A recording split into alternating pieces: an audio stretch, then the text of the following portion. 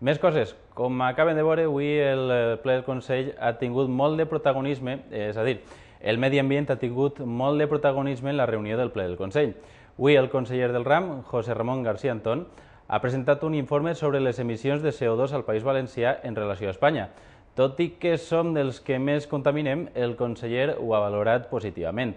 A més, García Antón ha anunciat una comissió interdepartamental per coordinar les mesures necessàries per a complir amb el protocol de Kioto. ¿Y para qué es esto? En definitiva, para trabajar y desarrollar lo que es la estrategia valenciana para el cambio climático.